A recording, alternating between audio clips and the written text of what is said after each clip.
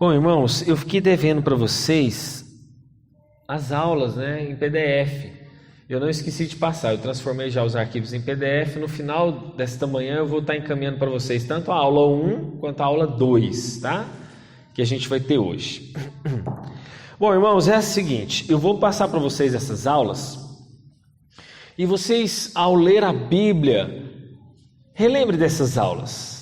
Ao pegar a Bíblia para ler, para estudar, dê uma passada nos slides para você ir acompanhando a sua leitura bíblica devocional que você já tem aí diária, você está num livro X da Bíblia, está lendo esse livro. Então assim, pegue o que eu estou passando para vocês aqui do domingo e leia de novo para vocês estarem lembrando do que está sendo dito aqui, ok? Então vamos avançar. O que você está lendo, você está entendendo? Ou seja, você entende aquilo que você lê na Bíblia? Ou você lê e está lendo porque você está só para cumprir o seu plano de leitura anual bíblico? Pode passar. Então a gente vai recapitular. Nessa recapitulação, alguns trechos aqui eu tirei de uma palestra que o pastor Erickson, da Primeira Igreja, eu dava essa matéria com ele, era professor auxiliar dele na sala de escola bíblica dominical, de hermenêutica.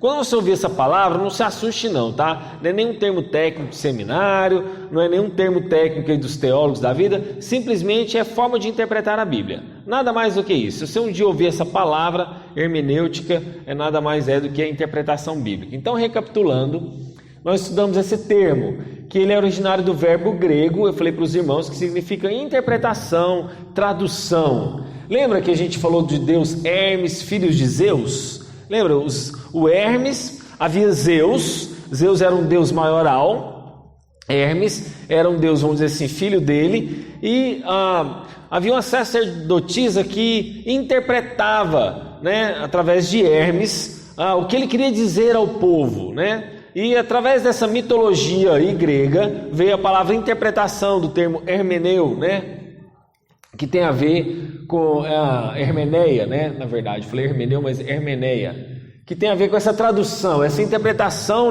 o que Deus queria dizer ao povo, mas na verdade era um Deus grego, tá, irmãos? Queria dizer ao povo. Então, ele era o arauto dos deuses. O que é arauto? Aquele que fala em nome de alguém, Aquele que vai lá e não sei se os irmãos lembram, naqueles filmes antigos, quando alguém desenrolava um pergaminho em nome do rei, ele falava em nome do rei. Quando aquela pessoa abria aquele pergaminho e lia, ela era como se o próprio rei estivesse ali presente, Como se o próprio rei estivesse em pessoa falando. Então, quando o arauto ia dizer aquilo, desenrolava aquele pergaminho e lia a ordem do rei, era em nome do rei, como se o próprio rei estivesse falando. Bom, então a hermenêutica nada mais é do que a interpretação. Agora eu trouxe um termo novo aqui para os irmãos, que é essa palavra exegese. O que significa exegese? Exegese nada mais é do que eu retirar um conhecimento do texto. É como se eu aprofundasse, Então, tirar para fora do texto aquilo que está no próprio texto. É como se eu cavasse mais fundo, A gente estava lendo aqui o Salmo 84 e eu estava cavando um pouco mais fundo do que aquelas palavras estavam dizendo, nada mais do que isso. Então, quando a gente trouxe aqui no último Salmo 23, a gente trouxe lá, remeteu como é que era o pastoreio das ovelhas, naquela época, qual que é o significado daí, a relação entre o pastor e a ovelha. Eu estou cavando dentro do texto, eu estou cavando fundo. Agora, eu não estou impondo o que o texto não está dizendo. Então, o que significa exegese, se é que a gente pode dizer essa palavra? Exegese é uma imposição no texto do que o texto não diz. O que eu penso, eu estou impondo ao texto. Agora, exegese, eu tiro para fora aquilo que está dentro do próprio texto. Então, quando eu junto a palavra hermenêutica e exegese, nada mais olha só, guarda essa palavra. Hermenêutica são princípios que regem a interpretação. Tipo assim, normas, leis de interpretação, princípio. Então, hermenêutica tem a ver com princípio. Exegese tem a ver com etapas. Etapas de eu interpretar um texto. Então aqui vocês já estão craque, mais conhecedor do que seminarista. Porque muitos seminaristas não sabem nem essa diferença. Você perguntar assim, qual que é a diferença entre hermenêutica e exegese para um seminarista? Você agora sabe. Hermenêutica é princípio, princípios de interpretação. Exegese nada mais é do que etapas dessa interpretação, tá bom? Então olha só, vou só dar um exemplo. Eu peguei aqui o Salmo 84. Qual que é os princípios de interpretação que eu tenho do Salmo 84? Bom, ele é uma poesia, ele é um salmo dos filhos de Coré.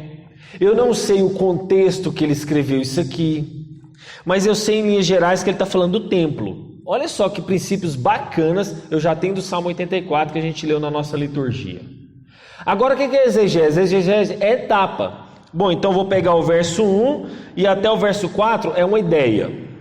O verso 5 ao verso 7 é outra ideia, do verso 8 ao verso 11 é outra ideia. Aí eu estou fazendo as etapas. Bom, então eu vou pegar os verbos principais, ele fala de amar, ele fala de alma, ele fala de corpo, e aí está falando da completude do homem.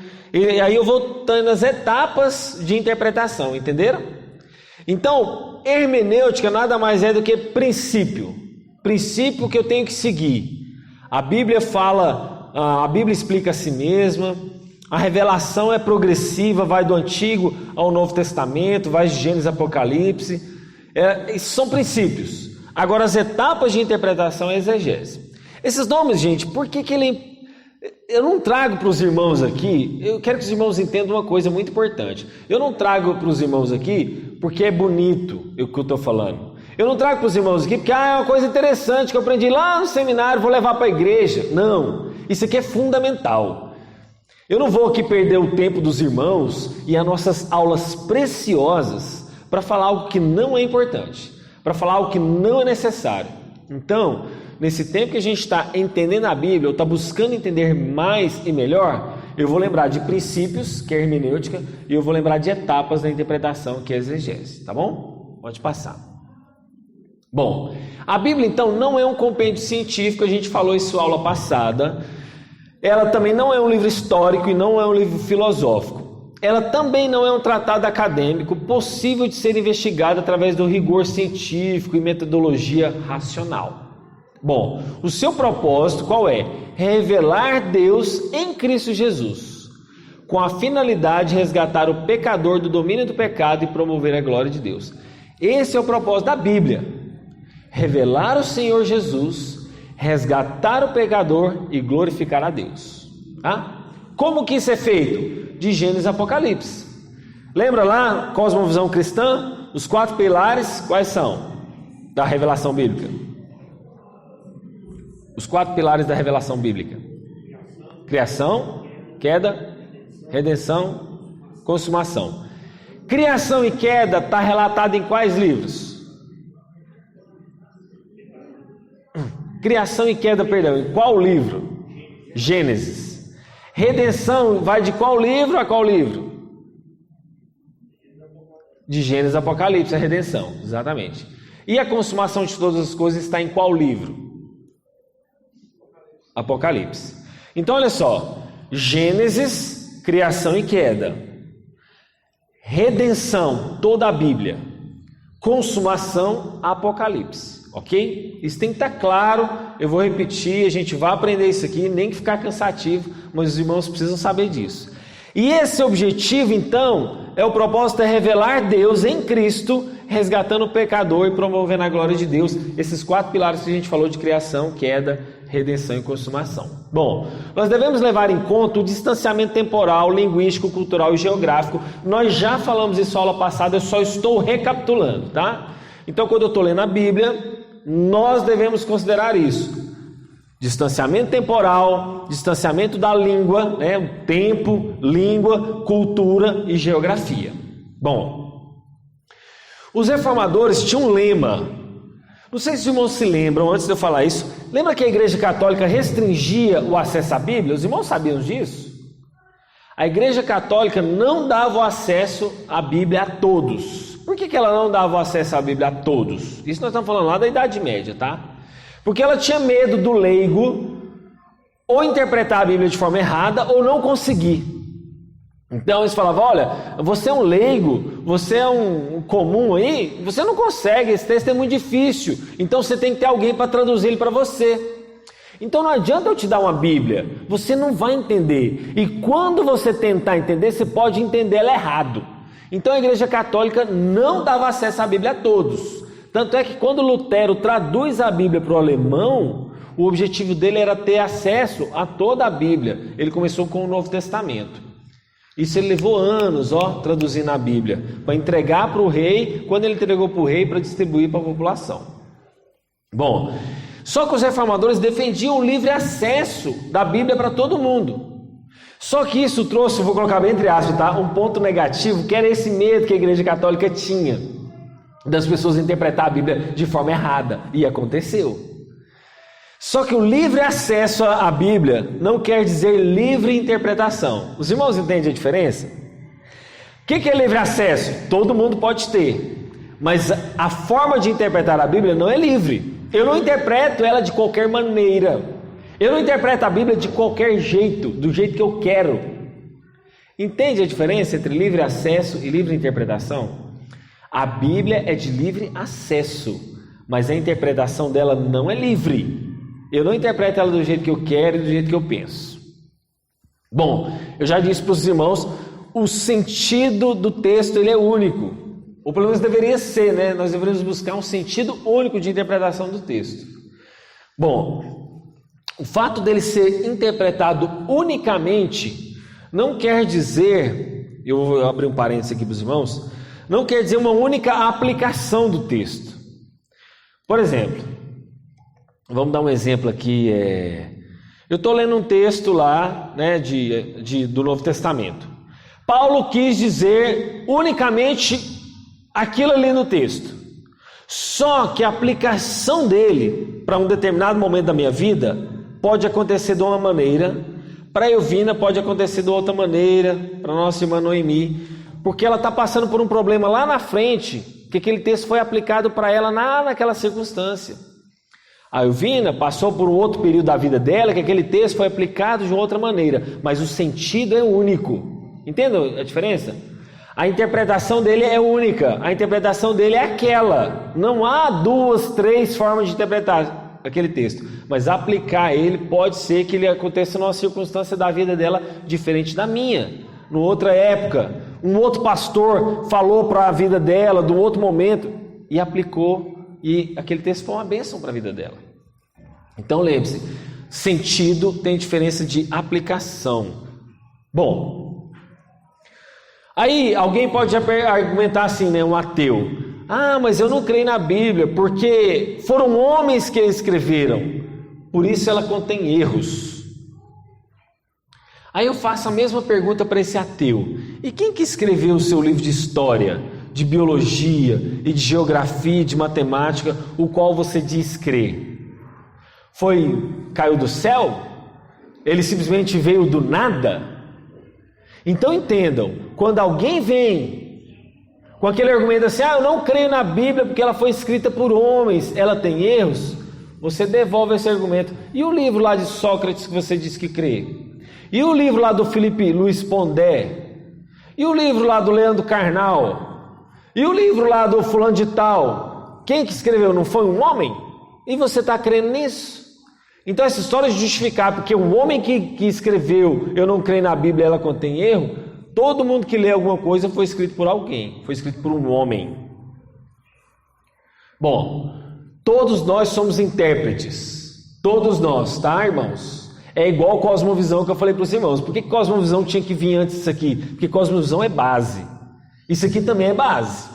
Cosmovisão é base, o que a gente estudou do que é a igreja que é base, isso aqui também é base. Então nós estamos preparando o terreno aqui para os irmãos, para a gente estudar outras coisas lá na frente. E nós estamos formando o nosso terreno, nós estamos criando a nossa fundação. Todo domingo aqui a gente está pondo um pilarzinho da nossa fundação bíblica. Todo domingo aqui a gente está pondo mais um pilar no nosso conhecimento para formar base. Eu quero que os irmãos saiam daqui assim, robustos. Quero que os irmãos saiam daqui, né, crentes fortes e fiéis mesmo. Bom, então a gente está o tempo todo interpretando. A gente interpreta o que a gente vê, a gente interpreta o que ouve, o que a gente sente.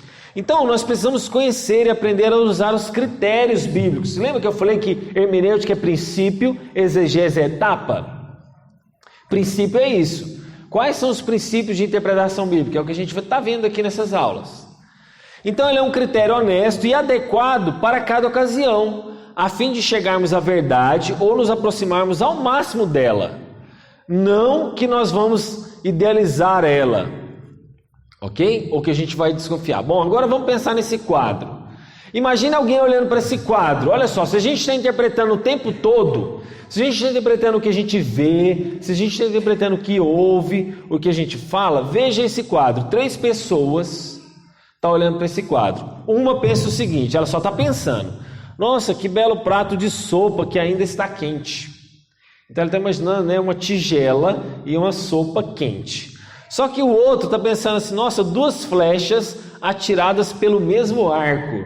Imagina que isso aqui é um arco, né? Um arco e flecha. Os irmãos entenderam essa parte?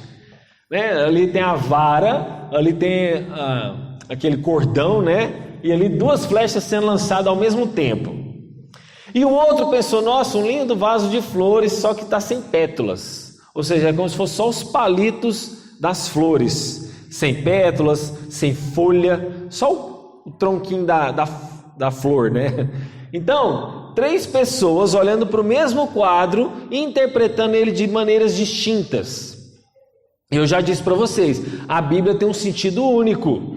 Então a gente não pode pegar o Salmo 84, que a gente leu na liturgia, eu interpretar de um jeito, o Edilson interpretar do outro jeito, né? A nossa irmã Noemi de outra maneira, o Júnior de outra. Não, nós temos que interpretar o Salmo de uma única maneira. Eu falei, a aplicação às vezes pode distinguir em épocas diferentes, em tempos diferentes, em situação diferente, mas o sentido do texto é único. Pode passar. Bom, agora por que então a gente tem essas interpretações diferentes que a gente viu nesse quadro agora? Por que as igrejas, por que tem tanta denominação?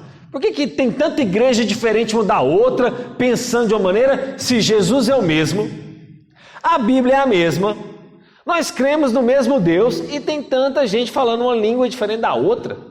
Por que cada um vê a Bíblia de uma maneira? Vamos lá então, causas da má interpretação bíblica. Vamos lá. Primeiro é cegueira espiritual, né? Muita gente segue espiritualmente, então ele não interpreta a Bíblia de forma espiritual, ele é um racional. Já viu aquele cara que interpreta a Bíblia só pelos fatos ali, histórico, arqueológico? Ele não está preocupado com a parte espiritual da Bíblia, ele está interpretando ela de forma racional. Então é cegueira, é uma causa de má interpretação bíblica.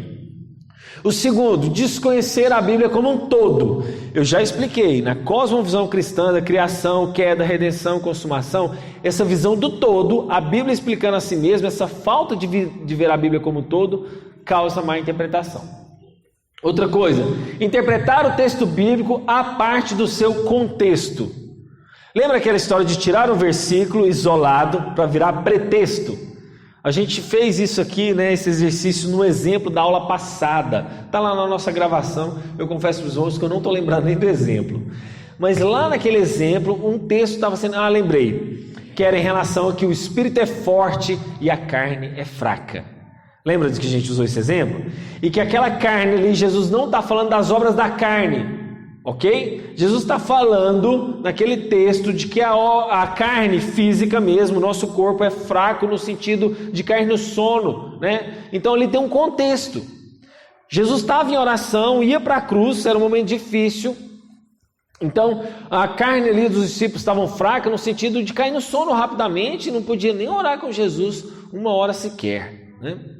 Então ali eu não posso tirar versículo isolado do contexto. Bom, quarta coisa, por que há más interpretações bíblicas? Porque buscar e aceitar uma conclusão sem investigar o texto. A pessoa é precipitada. Não é isso que acontece muito nos nossos dias hoje?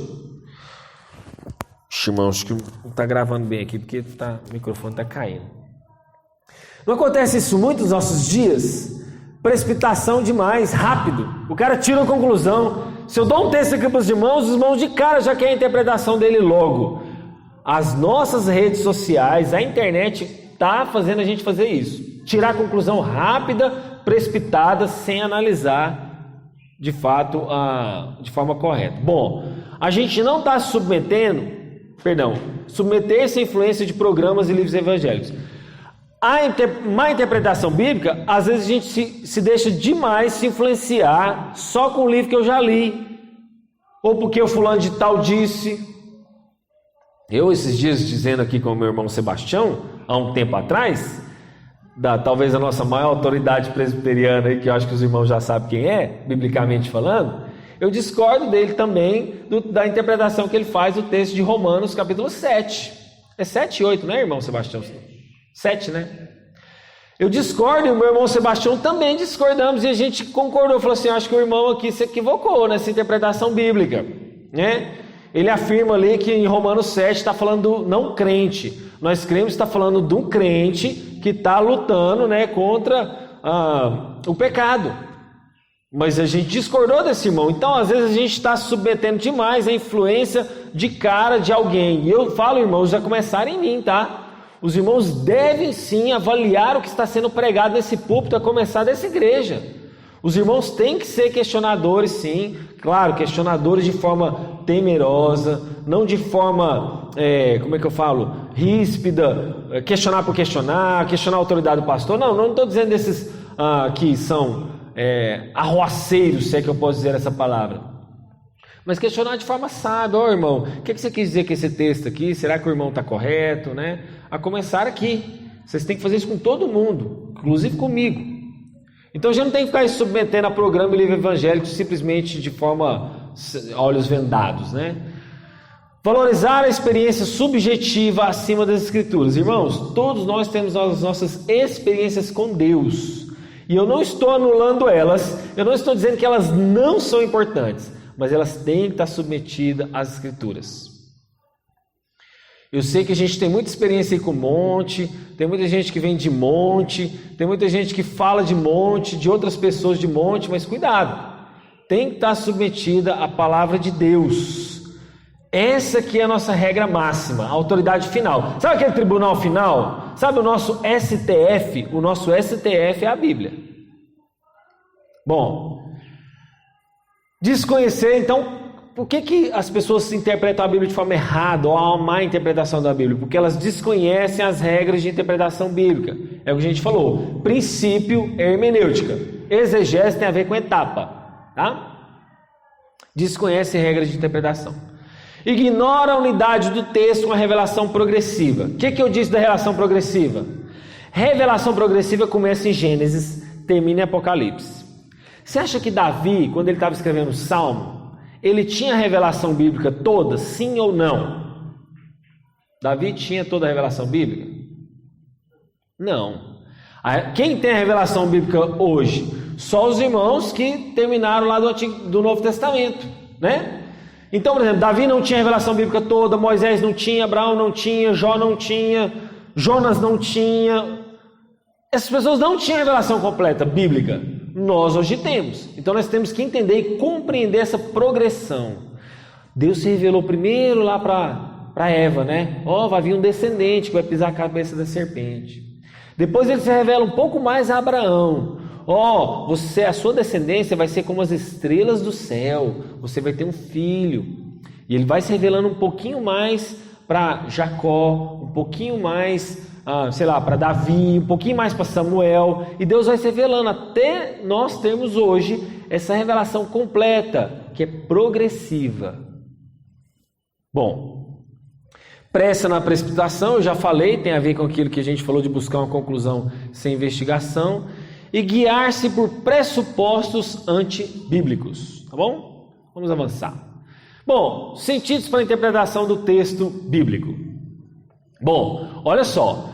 Existem esses 5 sentidos para interpretar o texto bíblico. Primeiro é o sentido literal mesmo, letra por letra.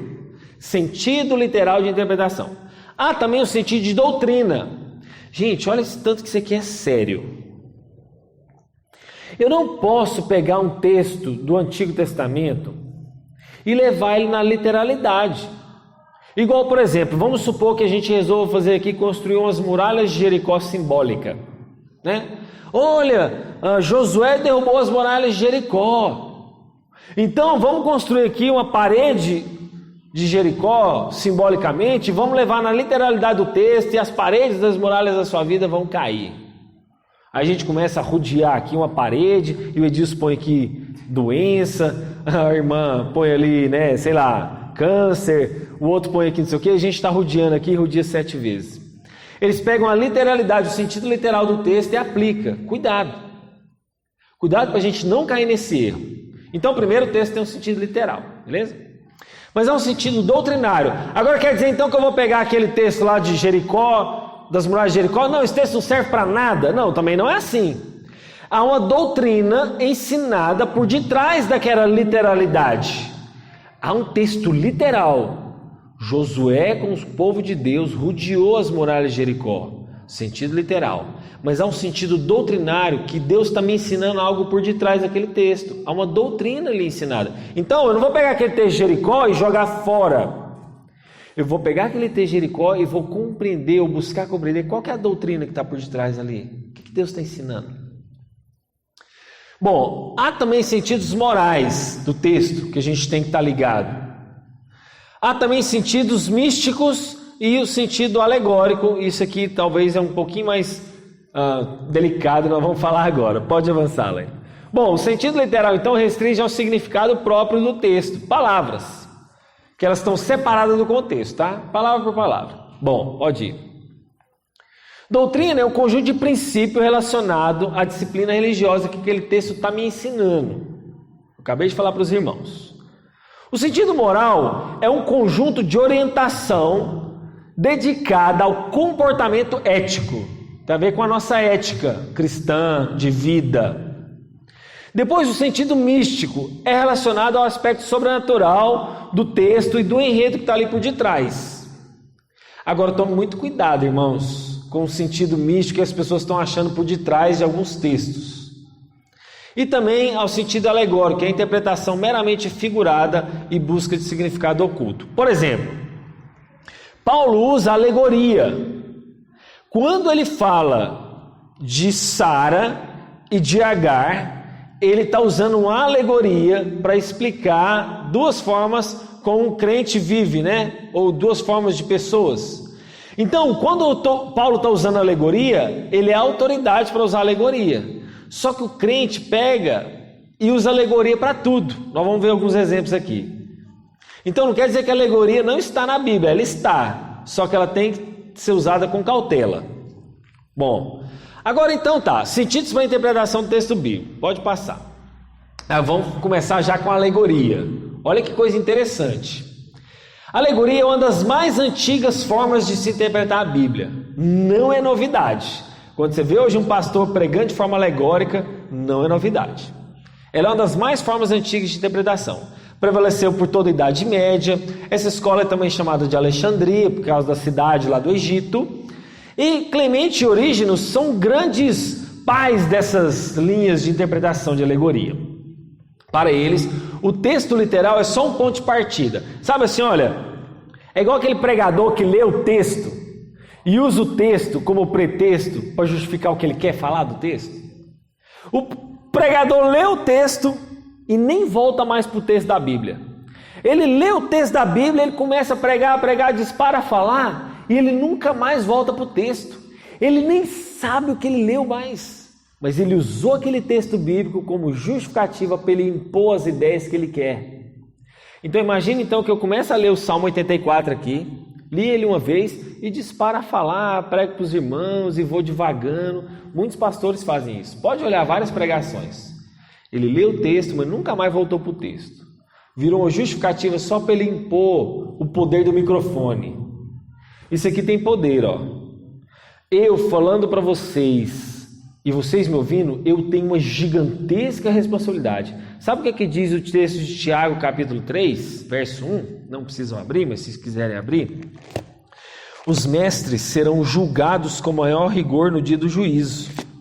Então, no texto de Tiago, o apóstolo Tiago fala isso, que os mestres serão julgados com maior rigor. Então, se eu estou ensinando alguma coisa aqui para os irmãos de forma equivocada, Deus vai cobrar isso de mim. Tiago, capítulo 3, verso 1 diz: meus irmãos, não sejam muitos de vocês mestres, sabendo que seremos, e aí ele se inclui, julgados com mais rigor. Ao que muito é dado, muito é cobrado. Então esse microfone tem poder. Se usar de forma equivocada, os irmãos vão sair daqui doentes, os irmãos vão sair daqui adoecidos, e eu vou ser cobrado no dia do juízo, porque eu estou ensinando coisas erradas. Bom, então vamos lá. O texto literal não pode ser só um ponto de partida. Por que as pessoas usavam o texto literal só como ponto de partida? E daí por diante a pessoa avançava numa compreensão que ela chamava de mais profunda. É como se Deus ia guiando a pessoa de forma aleatória, por parábolas, por metáforas. Pode ir lá, hein? Então a escola alegórica é utilizada como método moral na interpretação. Símbolos numéricos, busca de uma origem de nomes contidos nas escrituras. Então vamos dar um exemplo aqui, por exemplo, para Clemente. Olha só um exemplo bacana aqui. Como é que eu sei se eu estou interpretando um texto de forma alegórica ou não? Olha o que Clemente dizia. Clemente dizia que o templo judaico apontava para o universo. E ele dizia que as tábuas da lei são 10 elementos do universo.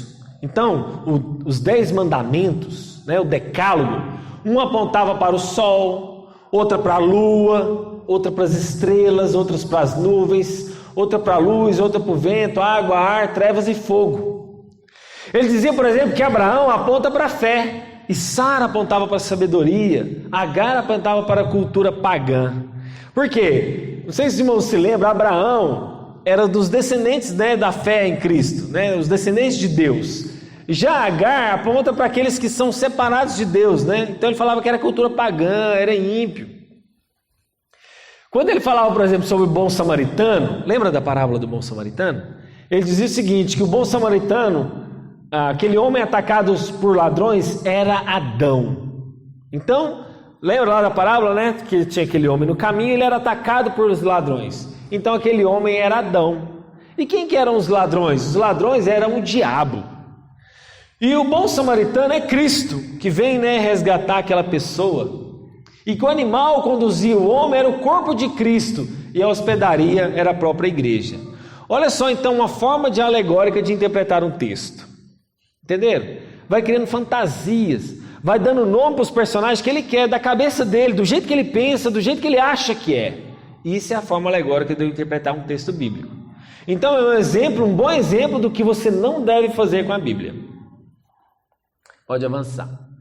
Bom, seus defensores diziam então que deveria haver uma correspondência entre o sentido literal e o sentido mais espiritual, onde a interpretação alegórica depende desse sentido literal. Existem 3 níveis então que essas pessoas alegavam. Olha só os níveis de interpretação alegórica. A primeira é literal, corpo, para aquelas pessoas que estão iniciando na fé. Sabe o novo convertido, está começando? Bom, havia também o sentido moral, que é da alma, aquele que está progredindo na fé. Mas havia também o sentido alegórico. Quem atingiu o sentido alegórico é porque era espiritual. Quem atingiu o sentido alegórico é porque é um homem de Deus, aquele que tem a interpretação certa da Bíblia. Com a interpretação alegórica, o objetivo era explicar a passagem difícil. Sabe aquela passagem que você não está entendendo? Então a alegoria facilitava você entender a Bíblia, só que facilitava de maneira errada. Porque era passagem difícil, então o desejo dela era tornar mais relevante para quem ouvia. Não acontece isso muito hoje? Às vezes você vem na igreja presbiteriana, parece que está falando tipo assim, o normal, né? Olha, a Bíblia está dizendo aqui que você tem que se arrepender dos seus pecados, você tem que ter a fé em Jesus, né? Que você tem que fazer isso. Isso parece tão normal, mas o que os pregadores têm feito hoje? Vamos dar uma floreada nesse texto? Vamos dar uma atratividade nesse texto maior? Porque esse texto está parecendo muito sem graça, né? Esse texto está parecendo assim, está dizendo óbvio demais. Então o que os pregadores estão fazendo? Floreando o texto, pondo rosinhas, pondo flores, pondo vasos de decoração para florear o texto, para ver se torna mais atrativa a mensagem, para ver se torna mais agradável. Mas não é isso que às vezes o texto está dizendo. Então existe uma diferença entre parábola, nós vamos ver, a parábola do bom samaritano, que a gente viu, por exemplo, né? Entre figuras de linguagem, tipologia e alegoria. Tem diferença, tá, irmãos? Depois nós vamos ver isso mais para frente. A escritura é autoritativa, inspirada por Deus para fazer o uso de alegoria. Eu falei para vocês de Paulo, por exemplo, em Gálatas. O leitor não é inspirado e não produz novas revelações, por isso ele não tem autoridade para isso. O leitor não tem autoridade para dizer o que o texto não está dizendo. A alegoria oferece grandes interpretações, mas rouba o significado do texto, desviando do verdadeiro sentido do texto. Eu disse o exemplo disso para o jornalista, lembra? Que eu falei para os irmãos, olha, imagine se Paulo está lendo, né, um texto lá do daqui. Não, daqui, saiu daqui. Aí lá no daqui, né, o repórter perguntando para o jornalista, o jornalista perguntando para o delegado, e o delegado fala, olha, esses bandidos tomem cuidado, que eles podem tirar o cavalinho da chuva, né? Aí eu pego esse cavalinho da chuva, jogo lá para Paulo ler, aí Paulo fala, nossa, mas os ladrões de lá eram tão ruins que punha até os cavalos para morrer de frio na chuva. Se a gente não explicar para Paulo o que significa tirar o cavalinho da chuva, ele poderia fazer essa interpretação errada do texto. E é o que a gente pode estar fazendo no texto bíblico. Então a gente tem que ser esse sentido. Em resumo, a hermenêutica, lembra o que é hermenêutica? Interpretação. Troca essa palavra hermenêutica por interpretação. Em resumo, a interpretação alegórica, amparada na interpretação equivocada de alguns textos bíblicos, fundamentada em algumas implicações indevidas da doutrina da inspiração, motivada pelo desejo de tornar relevante a passagem das Escrituras aos ouvintes e leitores contemporâneos, não se dando por satisfeita com o sentido literal dos textos bíblicos, ela atribui a eles sentidos espirituais. Sabe aquele sentido espiritual? Gente, tem que tomar muito cuidado. Olha só essa frase. Nossa, pastor, que legal que você disse desse texto. Eu nunca ouvi falar o que você falou hoje sobre esse texto. Cuidado. Eu não estou dizendo que isso é errado. Às vezes você nunca ouviu mesmo. Mas cuidado, quando só um pregador está falando, todo mundo já pregou aquele texto, né, de forma correta. Aí um pregador pegou aquele texto diferente de todo mundo. Aí você fala, nossa, eu nunca ouvi falar coisa desse texto. Cuidado. Pode ser que ele esteja interpretando errado. Eu não estou afirmando isso. Eu estou dizendo só para você tomar um cuidado, que pode ser que ele seja a pessoa que está interpretando o texto de forma errada. Porque está buscando sentido espiritual. Sabe aquele sentido espiritual que você não vê? O sentido oculto, mais profundo? Ser uma justificativa bíblica para tal, resultando em interpretação fantasiosa, jamais tensionadas pelos autores bíblicos, né, ou intencionadas pelos autores bíblicos, ou pelo Espírito que os inspirou. Pode avançar. Bom, então nós vimos a interpretação alegórica. Agora vamos pela interpretação intuitiva, moralística ou mística. Identifique o sentido do texto com os pensamentos que lhe vêm à mente, sem dar importância à gramática do texto, ao contexto e às circunstâncias que estão ali em volta do texto. Bom, a motivação é buscar uma relevância moral. Sabe o que é texto moral? Não faça isso. Faça isso. Moralidade. Pura e simplesmente moralidade. A motivação, então, é buscar essa relevância moral e espiritual imediata para o texto. Olha só, vamos dar um exemplo. Então, o que eu faria uma interpretação moralista? Jesus, por exemplo, nas bodas de Caná da Galileia. Lembra desse texto de João?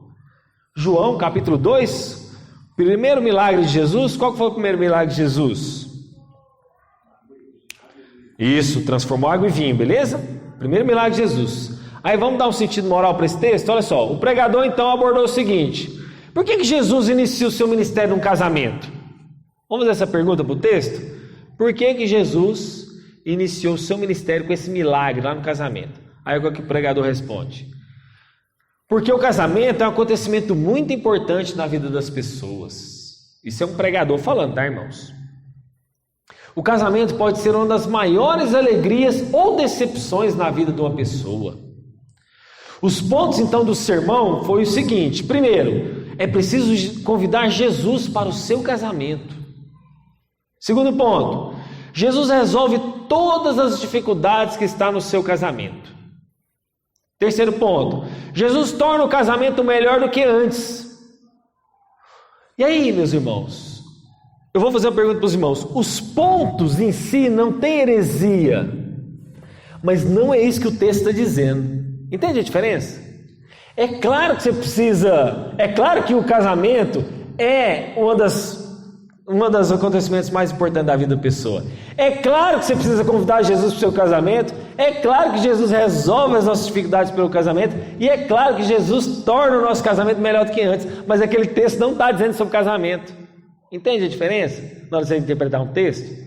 Eu estou aqui, irmãos, trazendo uma teoria que para vocês pode parecer distante, trazendo práticas de texto, para vocês entenderem. Nós vimos uma alegoria, o que é, né?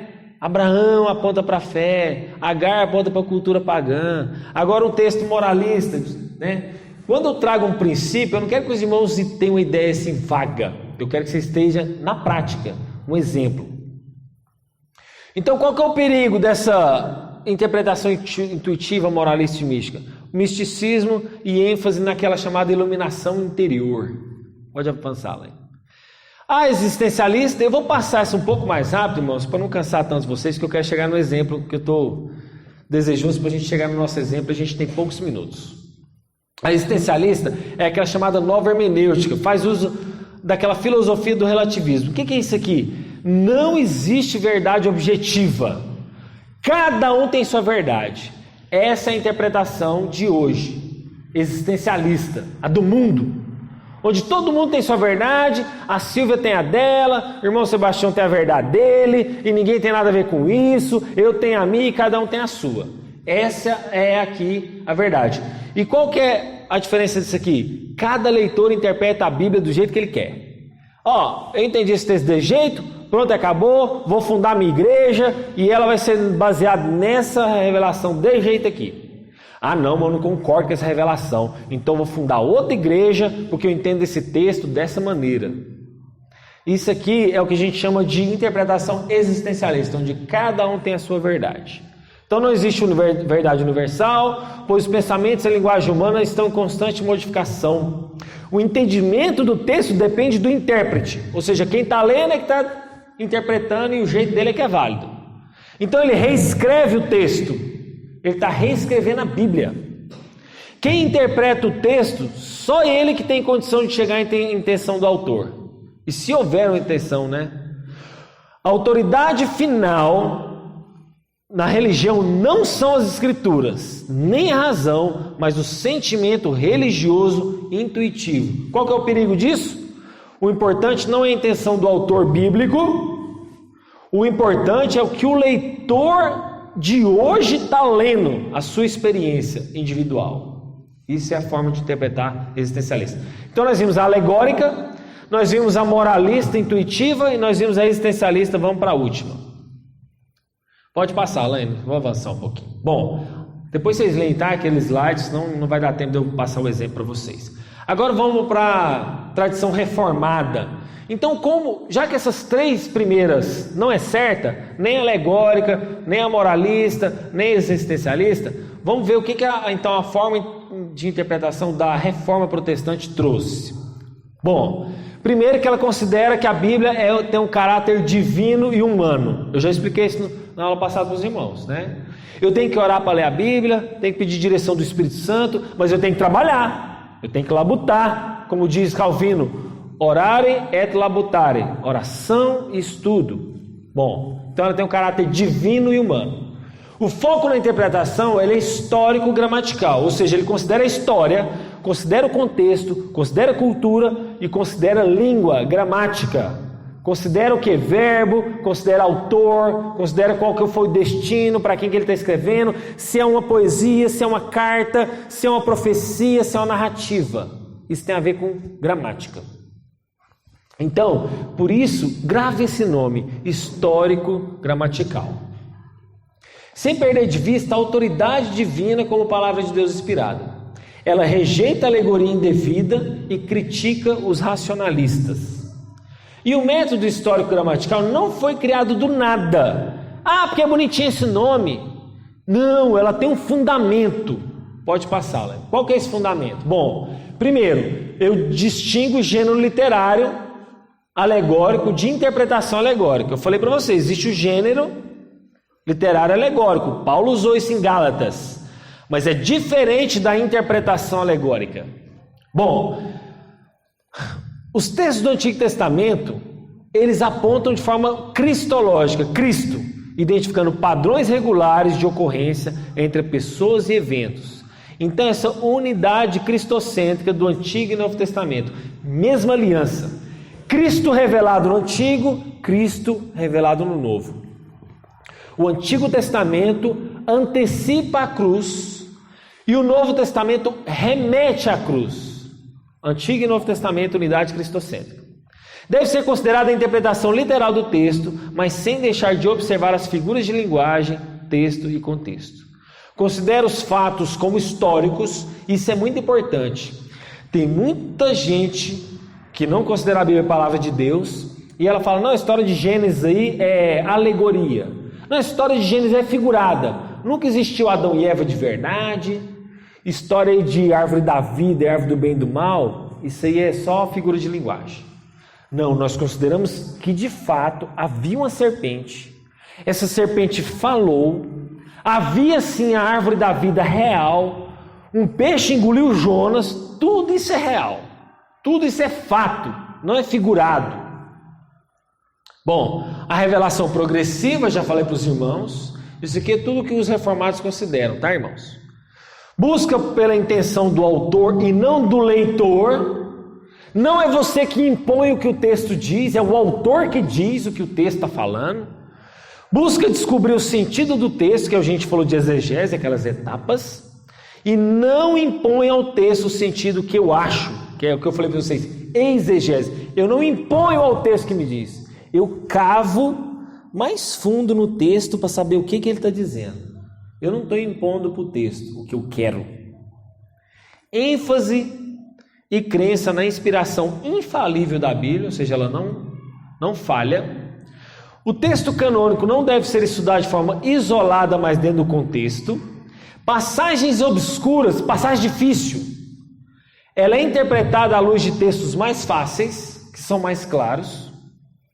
Doutrina básica da igreja são utilizadas como chave de interpretação e auxílio. Porque, gente, isso aqui é importante, ó.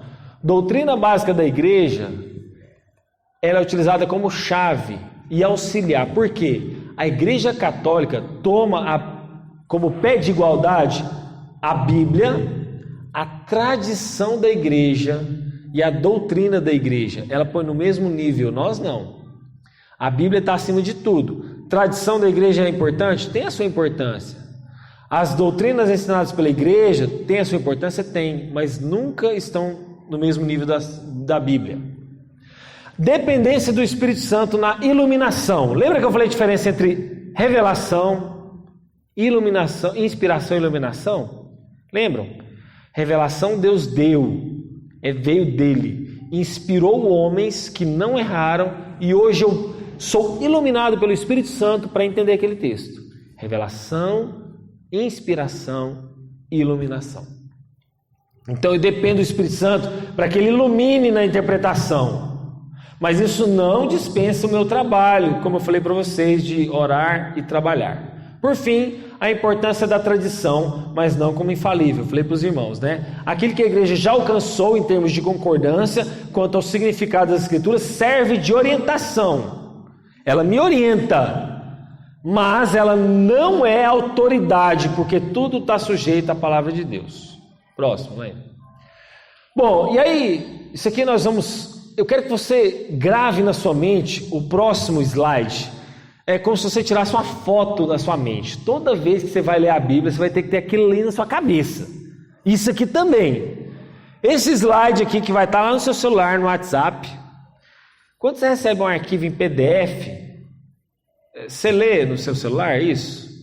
Todo mundo aqui? Quem não lê arquivo em PDF?